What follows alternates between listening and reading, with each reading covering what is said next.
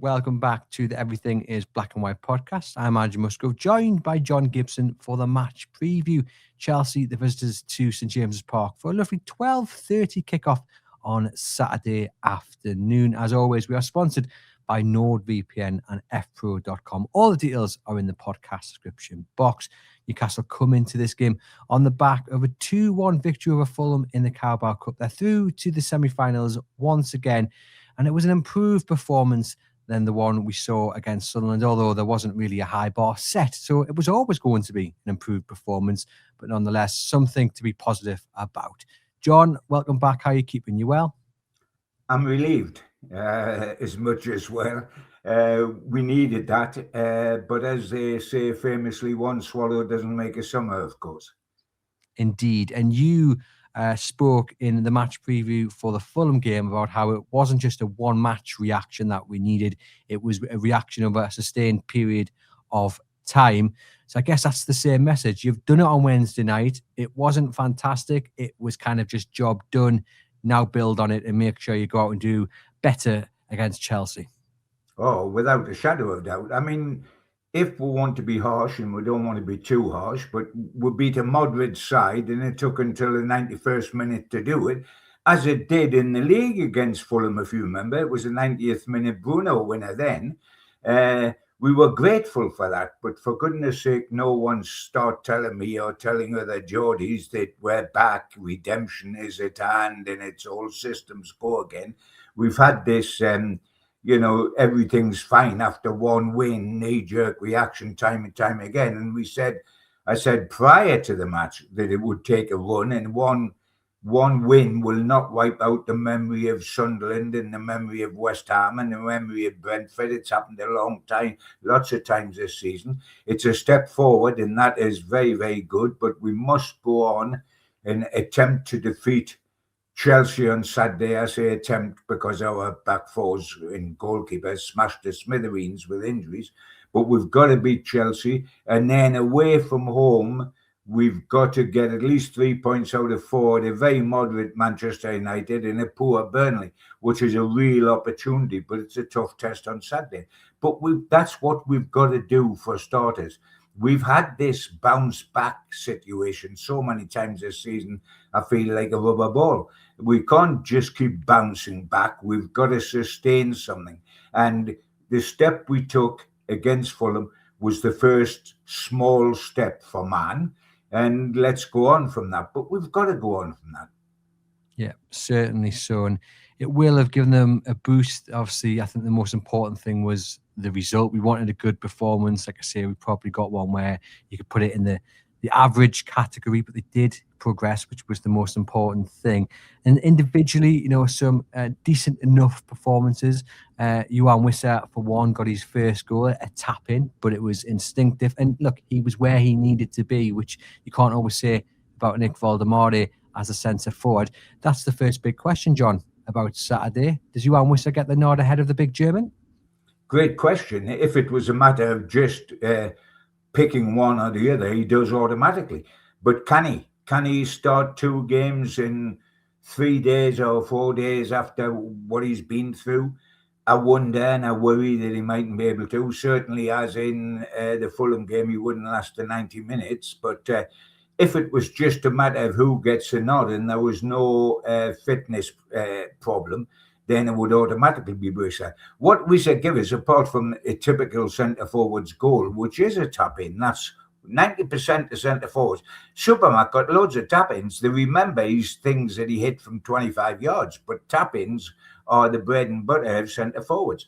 But apart from that, he allowed us to play what has become our natural game, which is the high press, playing at pace, having players around the area, stretching defenders who are worried about players running off them and them having to turn and face their own goal. Wissa did all that for us, simply because that's the way he plays and that's the way Newcastle United play. So we reverted to nature. It was slightly different when the big man come on because he doesn't play that way, and we all know that. And it's not a matter of fault; it's a matter of style, and that's his style's not that style, but our style is Wissa's style. So Wissa was a huge help. If he can start, He does. Can he start? He gets a little bit of a rest after that. I'm not certain whether he can start or not. Eddie won't be certain until he sees him in training again and sees how much further room's in him. But I would like to think so, and he'll have to play a significant part against Chelsea. But I thought he was a plus. Miley was a huge plus. I mean, what a good player he has become. He's always had the potential, but the step from potential to actually producing it is very large. And he produced it. And quite frankly, for Chelsea, you're saying, can Wissa start? The first name on the team sheet is Lewis Miley. It's just what position he's in, whether it's right back or whether it's a midfield slot. But he was absolutely terrific. And so was Murphy, who nailed any talk that how on earth does Elanga get in the starting lineup ahead of Murphy? Goodness gracious me. I'm just lost on that one. It's got to be Murphy on Saturday. We'll talk about Miley and the defensive issues in a moment, but just sticking with Wissa for now. That's a bit of a tongue twister, isn't it? Just sticking with Wissa for now. I think the way Chelsea play on Saturday will kind of pick Eddie Howe's team for him, and we expect Chelsea to have more of the ball, I would suspect. So that lends Newcastle to that kind of high pressing nature, the counter-attacking style, which they are quite good at. So that fits Wissa's style because he can add the pace to the team, where Valdemar is not really built for that. The wings is an interesting one. I mean, Murphy was just putting cross after cross after cross into the box, which is exactly what someone like Wissa feeds off. But then is there an argument that actually if you're going to play a counter-attacking style that Elanga does come back in because of the pace? Don't shout at it, people. I'm just asking. Don't even consider it. Okay, well, there's the answer. I tell you what, we'll get somebody better than Elanga. Then we'll get Usain Bolt. He's even quicker than Elanga. But he would have as much end product as Elanga. Please, do not give me Elanga. I'm up to my back teeth with Elanga, as I was with Byrne playing left back, etc. I know he's a nice lad. I know he wants to do well. I know he's got pace to burn. But he's going to have to learn to finish on the training ground, not in matches, because it's simply finish. I mean, assists as well as goals, not just goals. And I mean, if Murphy doesn't start on Saturday, he's got a right to knock on the door and demand that Eddie Howe goes down to Specsavers so that he can actually see what he's watching. Other opticians are available. It must be Barnes on the left, because I still don't think Anthony Gordon's done anything to warrant even being in the discussion about starting against Chelsea. And then the back line, John, is the interesting one because, as you mentioned, injuries have absolutely decimated Newcastle's back four, and it got even worse on Wednesday night with Tino Livramento coming off, and then we saw him at full time. His knee strapped up. He was limping, clearly in a bit of discomfort, and Eddie Howe said after the game that it doesn't look good. So that is a big concern. You had Lewis Hall missing entirely from the matchday squad with a minor hamstring injury, but he suffered one of those before, and as we know, with Eddie Howe, if the word is minor, i.e. Kieran Trippier had a minor injury, it doesn't always end up like that, and he hopefully isn't going to be missing as long as Kieran Trippier has now been missing from action. But it is, well, it's a scary prospect, isn't it? Because at this moment in time, Newcastle United have just two. Well, it's frightening. It's frightening, really, because you've got to pray that Lewis Hall does make it, and it is minor, but a hamstring's always a worry. It's a dodgy injury for a footballer to take a chance with. And the main question is, what on earth happens at left back if Hall doesn't make it? Because we know Lewis Miley would play right back again, and you've got your two centre-halves because they're the only two we've got currently fit. So it's what on earth you do there apart from young Murphy. It really is a frightening situation against a very, very good team because they're fourth top, Chelsea. Whatever we say about Chelsea, they're still fourth top, and they will produce a problem for us. So you would have your reserve goalkeeper, you would have no fullbacks, recognisable fullbacks, and the only two centre-halves on the books that are currently fit, which is a horrendous way to go into a match like that. But, beggars can't be choosers. Yeah, I think Lewis Hall isn't fit, and there's even really an argument to say that even if he's past fit, do you risk him with a hamstring injury?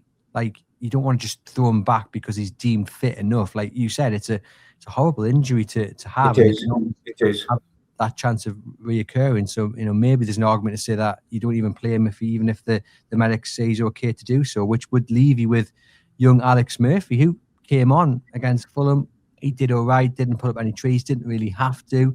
Was caught out of position once or twice, but he got back and made up for it. And ironically enough, if memory serves me correctly, I think the one big performance he put in was against Chelsea a couple of seasons ago, and that's what got everyone standing up and saying, "Oh, wait there, we might have something here with this lad." So if he could repeat that little cameo he had from a couple of seasons back against Chelsea, if he does start on Saturday, then I'm all for it. Yeah, me too. But I hope he has some sleeping pills because I don't want him to lie at night watching Cole Palmer come running at him in his dreams. It would be tough on the lad and a tough way to go back in the side when it's decimated of so many senior players. But what do we do in January? Do we call back Matt Target? And I talked about that on here the last time. And it's something that's been recognised by the manager as a possibility. Or do we go into the market? But I mean, it is really bad. But we can't hide. Yes, the injuries are horrendous, and yes, Chelsea are some opposition to have them against. But we can't hide behind that and say, "Oh well, okay, we won the last game.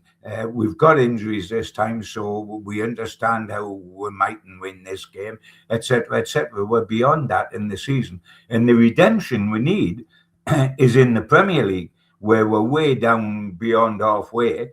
And of course, the result against Fulham, while it put us in a semi-final of a National Cup, didn't help ease the pain of where we are in the Premier League in only the next 3 games, which I think are absolutely crucial to what's what as we go into the new year. The next 3 games will determine whether we get respectability in the Premier League or stay tied down in the bottom half come the new year, which would be catastrophic, really. Yeah, look, it is a nightmare at the back due to the injuries, but Newcastle United have certainly got the power going forward. And although it hasn't always been on show this season, they've got enough going forward to make up for the third, fourth, fifth, sixth choice fullbacks that they're going to have on Saturday. But I guess just buying on Alex Murphy, it'd be great to see him get an opportunity. But given that he's only likely to get an opportunity because Eddie Howe has got no one else to turn to. Eddie Howe has had left back issues earlier in the season with Lewis Hall's injury and Dan Burns' form, and he still didn't turn to him. Even when the subs were made during the game, he still didn't turn to Alex Murphy. So does that kind of, tell you where we're at with Alex Murphy, that if he is good enough for this Newcastle United first team, he would have been used before Eddie had nowhere else to turn? It tells you where he is in the pecking order, and the lad can have a good future, etc., etc. But that's where he currently is in the pecking order. He's not Lewis Miley, that's for certain. A young lad, but then again, not many are.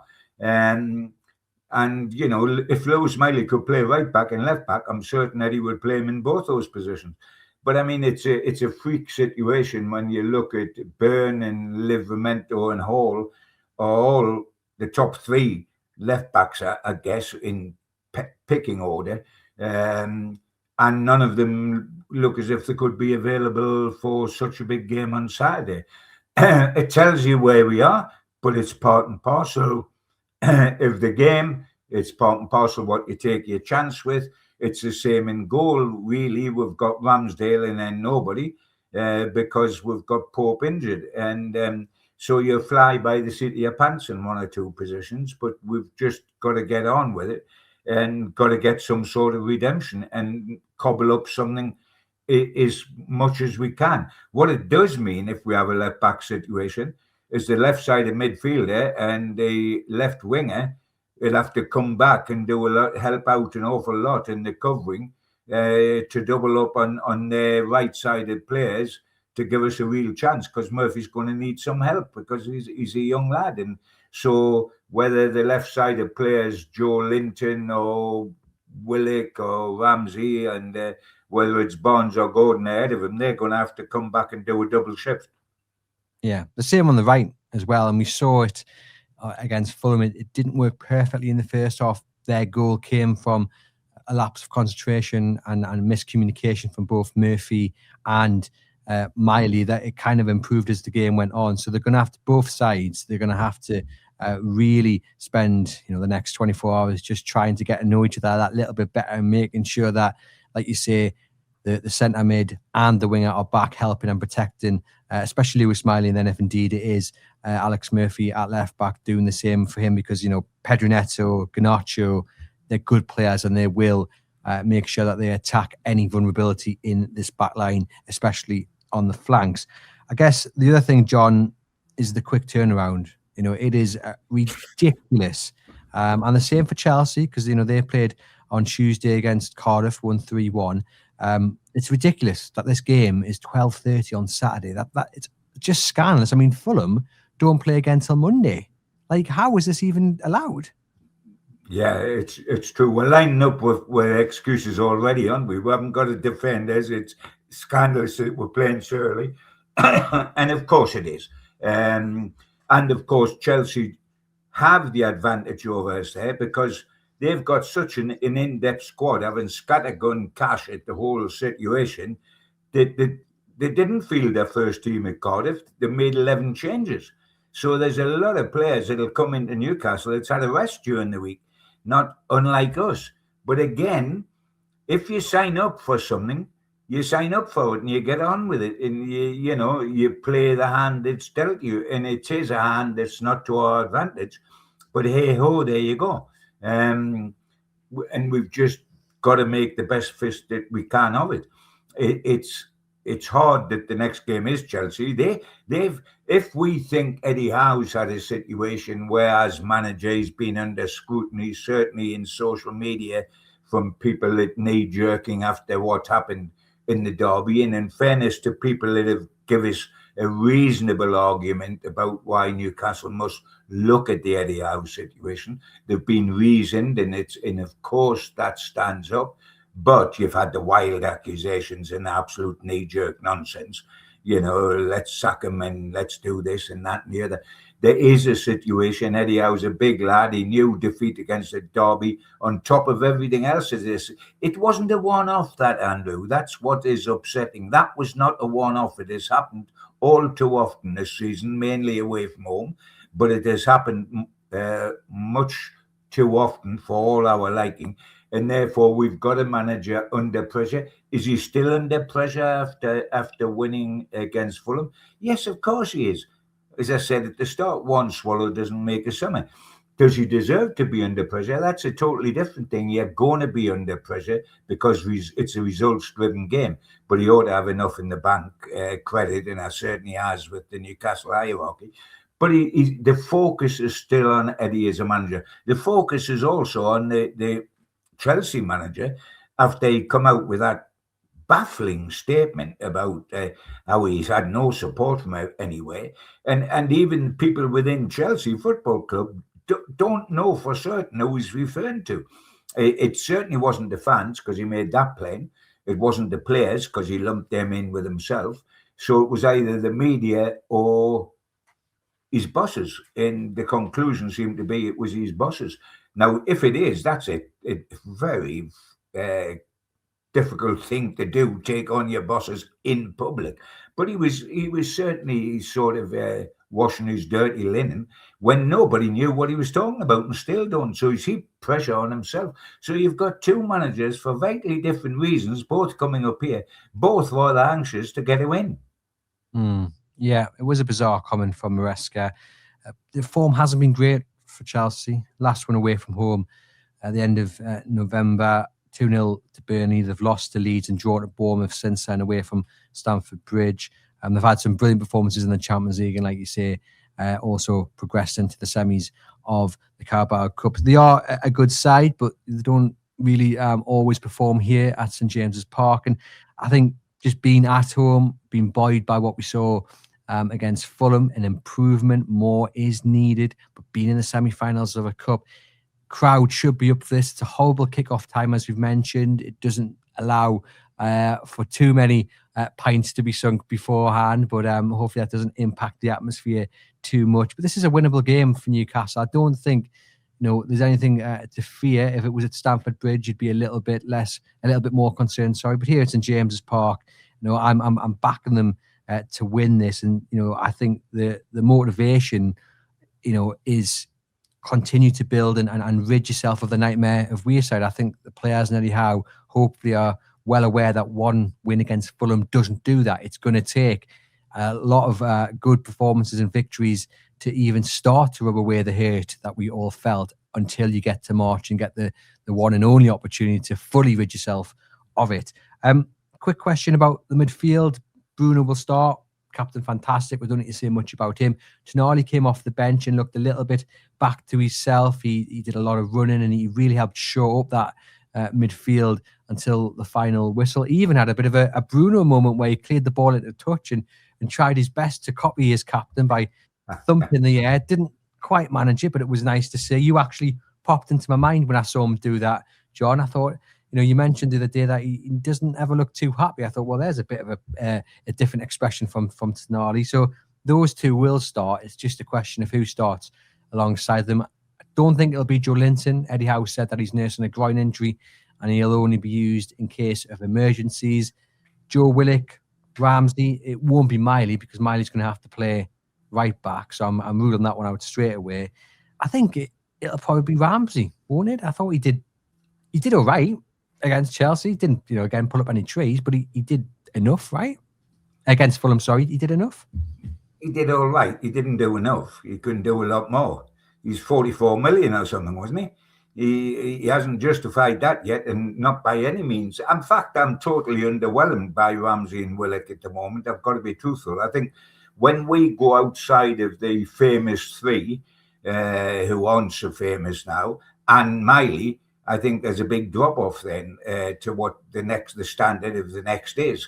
But I would guess it would be Ramsey, although Eddie quite likes Willock when he plays on the left. But that's another problem, to be truthful, because it'll be congested and Chelsea can normally use the midfield as a platform for anything that they're going to achieve. So, yes, but, we need our signings from the summer to come good, don't we? Chow has done that. He is terrific. Voldemort has dipped off hugely. He stopped scoring, apart from own goals, and he's dipped off hugely in form to what he was. Ramsey just hasn't displayed it. Ramsdale's a cover keeper, and Wissa is just coming back. So, our famed ability to sign well and everything turns to goal isn't quite so in the summer. So we have a little problem in midfield as to who the third midfielder is, as we've got a problem at the back. Luckily, our wingers are quick and able to work up and down. Murphy does it rather naturally, and on the other side, either Gordon or Harvey Barnes will have to help cover the fullback situations. I find it interesting and reassuring and great fun how you're suddenly optimistic because we've got a dodgy victory over a very average side, and that's something we've been talking about. Geordie's by nature, we're dispirited when we have a horrendous result, but it just takes one other result and we're back up and march into the promised land again. My eyes didn't quite tell me that against Fulham, and bear in mind it was Fulham, but it was a step in the right direction. It doesn't make me feel quite as good as you that, we're very capable of beating Chelsea and we will beat them, etc., etc. We are capable of beating them. Or can I put it another way, Andrew? We were capable of beating them last season. Let's prove we're capable of beating them this season. The biggest thing we've got going for us is we're at home and we get results at home. But of course, you can always flip that coin on its head and say, how long can we keep going at home without losing again? And at some stage, on the law of averages and the law of mathematics, that's going to happen. Let's pray it's not this one. When we've lost at home, it's been to good sides, Barcelona and Liverpool, when they were getting results. and Arsenal. Will it happen here? Well, we beat Man City up here, which was something and which might help us when we realise. By the way, beating Fulham, if there was a sobering thought, it was when the draw was made afterwards. Getting Man City home and away and having to play them up here first instead of second is quite sobering. But then there wasn't an easy tie. Funny enough, I would have thought the easiest tie in the semi-final, apart from getting Newcastle, would be Chelsea. I would have thought would have been the easiest one rather than Man City or Arsenal. But there we go. It is what it is. It's going to be interesting on Saturday. But there's as much riding on this game as there was on the Fulham game in terms of redemption, in terms of we're back again, etc., etc. There's as much riding on this as there was against Fulham. Yeah, it's all about my favourite word at the moment, momentum. So we need a win to continue that momentum. Nice word. It's a good word, isn't it? Just to clarify, you are right in what you say. We are capable of beating Chelsea. Whether we will, I'm not too sure. That was the point that I was making, is that Chelsea is, have got great individuals, but I don't think it's clicking. Yes, people have tipped them for a title race, but that's why he's under so much pressure, because it's not clicking to make them into title contenders. Yes, they're in a good or better position than we are in the league. But my point was is that they're not really defeating. If Newcastle United turn up, which hasn't happened too often this season, and I think they can beat them. But it's whether they will do, and that's a totally different matter. And that's the final question, John. Will they? Now there we go. That's a very good question. If we had a fully fit Livramento and Hall playing at fullback in the two fullback positions, and therefore Miley in the middle of the park as the third one, I would be quite confident. I would be looking at Newcastle and saying I fancy them.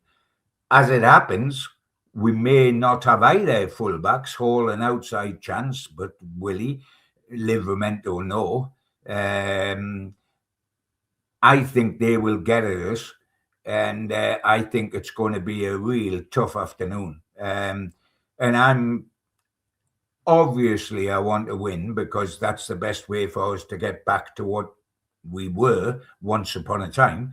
But I think it could be a draw. And if we have bad luck with the back four totally, we could get beat. I'm going to go for a win, actually. I think this is where Newcastle United are at the best. This kind of, the world is against You're not at all bothered about the back four, are you? Against their forward players. Oh, yeah, don't get me wrong. I'm absolutely terrified. But so you should be. I think when everything is against Newcastle, when the odds are fully against Newcastle, which you could argue they are here given those injuries, they just seem to produce something that really. Yeah, we did it at Sunderland, didn't we?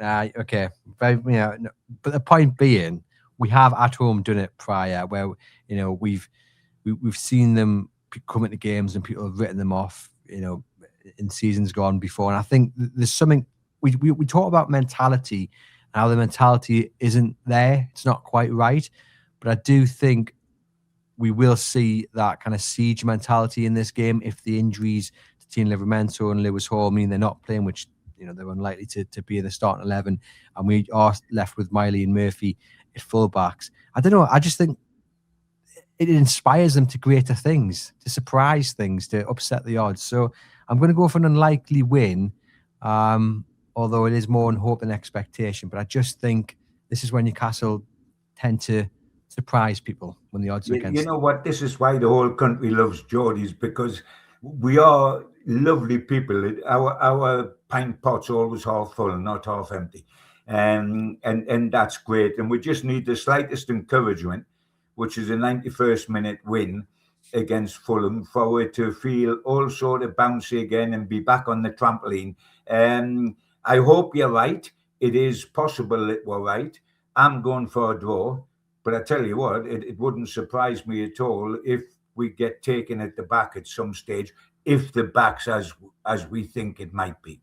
Yeah. Just to again clarify, I'm not predicting a win based on what I saw on Wednesday. I'm predicting a win because of Newcastle's weird nature to get up for games when everything is against them, or big sides and what have you. And yes, it didn't do it against Sunderland, but it's a different kind of conversation to be had. So it's more based on past games when they've been written off to, surprise everybody. So fingers crossed that does happen. Let us know in the comments your thoughts. What's the score going to be? What's the back line going to be? If you've got any idea, do let us know. I'm not sure really how does, even at this point in time, despite the quick turnaround. It's been a pleasure as always. Just a reminder, we are sponsored by NordVPN and fpro.com. All the details in the podcast description box, where you can get a discounted offer on both your NordVPN plan, no risk with a 30-day money-back guarantee, as well as a discounted offer up to 60% on your fpro.com training mat and ball to help improve your kids' football skills. It's well worth a look, and you're supporting the podcast at the same time. Me and John will be back next week, hopefully on the back of victory for Newcastle United against Chelsea in the Premier League.